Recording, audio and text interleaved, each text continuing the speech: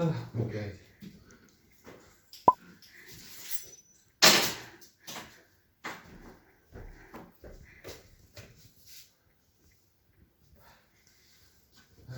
Boo! Ah! I'm out of breath, so I couldn't. No time to. I'm so heavy. Wow, so strong. Yeah, just for you. Nobody else.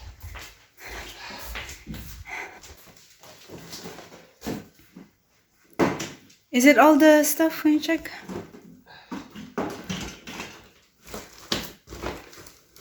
I already took some stuff also. No?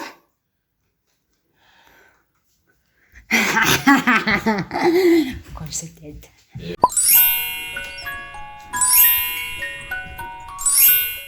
Hi everyone! Good morning! Welcome back to another story from the Nikolovi. Ayan, so today magko-haul tayo slash cleaning the fridge. Kasi kasi lalagyan natin itong mga napamili namin ni Georgie today. So yung grocery namin today guys, umabot siya ng 67.75 euro. But take note, it's gonna be for 2 weeks. Hopefully. 2 weeks. So doon pa rin kami nag-grocery guys sa Aldi. Yung cheaper na shop. Pero doon kami sa mas malaking shop, mas malaking branch. Ayun.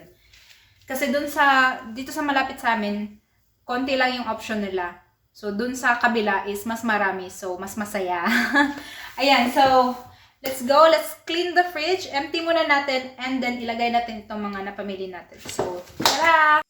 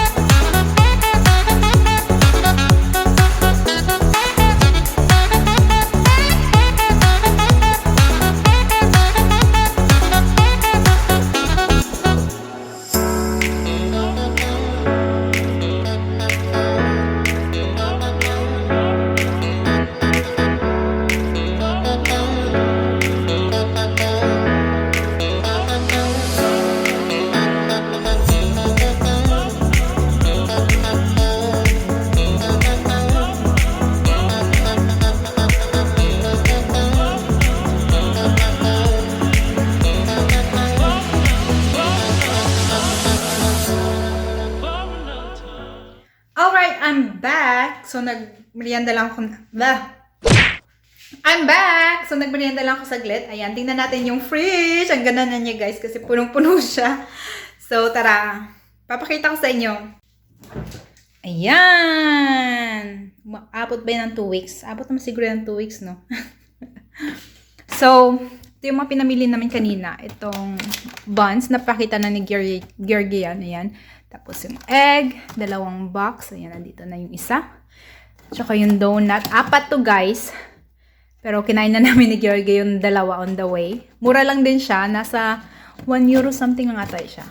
And then, yung mga ham.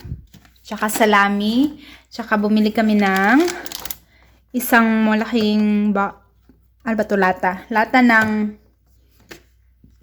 cheese. Ayan, cheese. Kasi gagawa kami mamaya ng what is it again, honey? We're gonna make the Bulgarian food. Burek pala. Ayan, 2 yogurt na binili namin. Ayan. And nandito yung mga butter. Sa likod niya is yung sausage. Bulgarian sausage. Saka yung isa is yung German sausage. At ayan yung white. And then, yung mga pampalaman. Tsaka cream cheese. Ayan. Maganda na kaganito, guys. Naka-organize na siya. Tapos kung kailangan mong hila-hila ka na lang, diba? Tapos, ito yung mga para kay Victor, Yakult, tsaka para din sa akin. Ayan, cheese. Ayan, cheese. Parmigiano pala to. And, andito lahat ng cheese. So, ayan, pakita ko sa inyo. Andito lahat ng types ng cheese. Cheddar cheese, grated cheese, Gouda cheese, grated cheese, Parmigiano. Ayan. Hindi naman kami masyadong mahilig sa cheese, no? Ayan. Cheese. And then, mga sweeties. Ayan. Mga chocolates at iba pa. Ito yung mga jam. Tapos sa likod is andun yung mga ang tawag niyan, onion, tsaka ano ba tawag niyan? Sandali. What do you call it again, honey?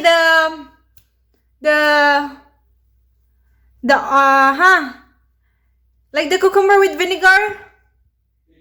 Pickles pala. Ayun, pickles. Pickles, ayan. There.